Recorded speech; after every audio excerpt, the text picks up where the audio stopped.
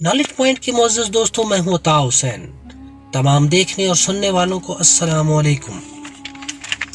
आज हम आपको दुनिया के एक ऐसे खतरनाक और ताकतवर स्मगलर के बारे में बताएंगे जिसने अपनी दौलत और जहानत से पूरी रियासत को खरीद लिया। इसकी पूरी जिंदगी स्मगलिंग में गुजरी और इसने स्मगलिंग के लिए नित नए तरीके ईजाद किए। इसके पास अपना ज़ाती हेलीकॉप्टर भी मौजूद था। वो इसके जरिए भी स्मगलिंग करता रहा। लेकिन इसके बरक्स इसने अपनी दौलत से कई अस्पताल, यतीम खाने, स्कूल और सड़कों की तामीरें भी करवाई। लेकिन ये फलाही काम उसने उस आमदन से करवाए जो गैर कानूनी तरीके से कमाई हुई थी। इस चैनल पर नए आने वाले दोस्तों को खुशामदीद कहते हैं। अगर आप चाहते हैं कि आपको हकीकत पर मबनी वीडियो देखने को मिले तो हमारे चैनल को ज़रूर सब्सक्राइब करें और बेल आइकॉन के बटन को दबाएं ताकि मज़ीद आने वाली वीडियोस आप तक बर वक्त पहुंचती रहें और हमारी वीडियो को लाइक ज़रूर करें। मुअज़्ज़ज़ सामईन, गज़मैन अल मारूफ अल चापू ने सनोला में 4 अप्रैल 1957 को एक गरीब किसान के घर आंख खोली। बचपन से ही बाप के हाथों मारपीट खाई और अपने बाप के साथ मंशियात की तिजारत में लग गया। इसने अपने बाप के साथ मिलकर एक नशा आवर फसल मारी जोइना की काश्त शुरू की और इस फसल को कुछ मकामी डीलर्स को फरोख्त करने लगा। अल चापू ने 1970 में सालाजार नामी मंशियात फरोश के साथ काम शुरू किया। ये सालाजार को सनोला से यूएसए तक मंशियात की सप्लाई के रास्ते के बारे में आगाही देता था। सालाजार को सनोला से यूएसए तक मंशियात की सप्लाई के रास्ते के बारे में मुकम्मल आगाही देना शुरू कर दी। अल चापू ने 1988 में अपनी मंशियात की तरसील का बाकायदा काम शुरू किया। अल चापू बहुत बड़ी मिकदार में कोकेन, मेटाफिटामाइन, मारिजुआना और हेरोइन बनाता था और इसको यूएसए और यूरोप में स्मगल करता था। उसने यूएसए और यूरोप के ममालिक की सरहदों के पास लॉन्ग रेंज टनल बनाए हुए थे जिनके जरिए ये स्मगलिंग करता और अपना माल वहां तक पहुंचाता था। अल चापू पहली दफा 1993 में ग्वाटेमाला में अरेस्ट हुआ और उसे कत्ल और मंशियात स्मगलिंग में 20 साल कैद हुई और उसे मेक्सिको की जेल में रखा गया। इसकी कैद के दौरान इसके कारोबार की देखभाल इसका भाई अर्टुरो अल चापू करता था। उसे अर्टुरो गज़मैन भी कहते हैं और ये जेल में भी मंशियात की सप्लाई का काम करता था। इसके लिए इसने जेल हुकाम को भी खरीदा हुआ था। अल चापू ने इस दौरान जेल हुकाम से काफी वाकफियत हासिल कर ली थी। अब उसने जेल से भागने का प्लान बनाया।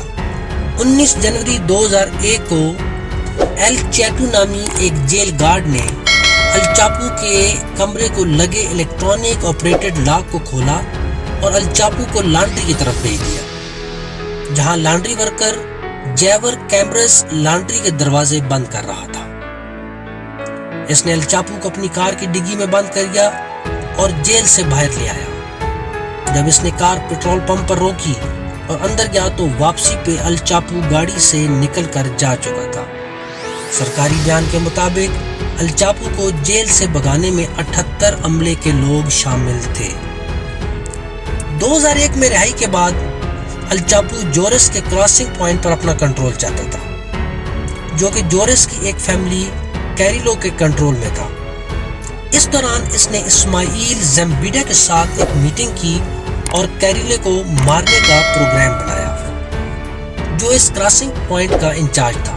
कैरिलो, इसकी बीवी और 2 बच्चे एक शॉपिंग मॉल में शॉपिंग के लिए आए। जब वो शॉपिंग करके निकले तो अल चापू ने गोलियों से मार डाला और वहां से फरार हो गया। अल चापू अपने ठिकाने बदलता रहता था। वो कभी पहाड़ों में रहता और कभी वीरान इलाकों की तरफ निकल जाता था। 16 फरवरी 2014 को मिलिट्री के कुछ लोग अल चापू की साबका बीवी के घर आए। यानी शक था कि अल चापू वहां आएगा। जब वो वहां पहुंचे तो उन्होंने देखा कि उसके घर से कुछ खुफिया टनल थे जो 6 घरों में जाते थे। अल चापू का मंसूबा था कि वहां कुछ दिन ठहर के अपने जुड़वा बच्चों की खबर लेगा और उसके बाद वो वहां से आगे अपनी मंजिल की तरफ निकलेगा। 22 फरवरी 2014 को शाम 6:40 पर मैक्सिकन अथॉरिटीज ने अल चापू को एक होटल से गिरफ्तार किया। اس آپریشن میں Mexican navy, joint intelligence department اور US مارشل سروس کے لوگ تھے۔ یہ ریسٹورینٹ بیچ فرنٹ ایریا پہ تھا۔ وہ الچاپو کو پکڑ کر ہوٹل کے سین میں لائے جہاں اس کی پہلی دفعہ تصویر کھینچی گئی اور اس کے فنگر پرنٹ سے اس کی شناخت کی گئی۔ اور حیران کن بات یہ کہ اس آپریشن میں 8 گھنٹے لگے اور اس آپریشن کے دوران کوئی گولی نہیں چلائی گئی۔ اسے پکڑنے کے بعد اس کو فیڈرل سوشل ریڈپشن سینٹر میں منتقل کر دیا گیا۔ وہاں اس کو سخت سیکورٹی میں رکھا گیا اور اس کے سیل کی جہاں سے رکھا گیا کوئی کھڑکی بھی نہ تھی اور اسے کمرے میں بالکل تنہا رکھا گیا۔ اس کے سیل میں ایک بستر تھا، ایک سنگل ٹوائلٹ اور ایک شاور تھا۔ اسے کسی سے ملاقات کی اجازت نہ تھی۔ 11 جولائی 2015 کو الچاپو فیڈرل سوشل ریڈاپشن سینٹر سے سخت ترین سیکورٹی سے بھاگ نکلا۔ الچاپو کو آخری دفعہ 8:52 پر سیکورٹی کیمرہ میں شاور کے نزدیک دیکھا گیا۔ ٹوائلٹ میں کیمرہ کی رسائی نہ تھی۔ جب 25 منٹ تک وہ باہر نہ نکلا تو سیکورٹی والے دیکھنے کے لیے آئے تو وہ وہاں موجود نہ تھا۔ وہ ایک خفیہ ٹنل کے ذریعے وہاں سے بھاگ نکلنے میں کامیاب ہو گیا تھا۔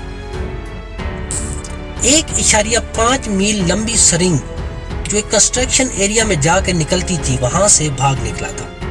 ٹنل 33 فٹ گہرا، 5.5 فٹ اونچا اور 33 انچ چوڑا تھا۔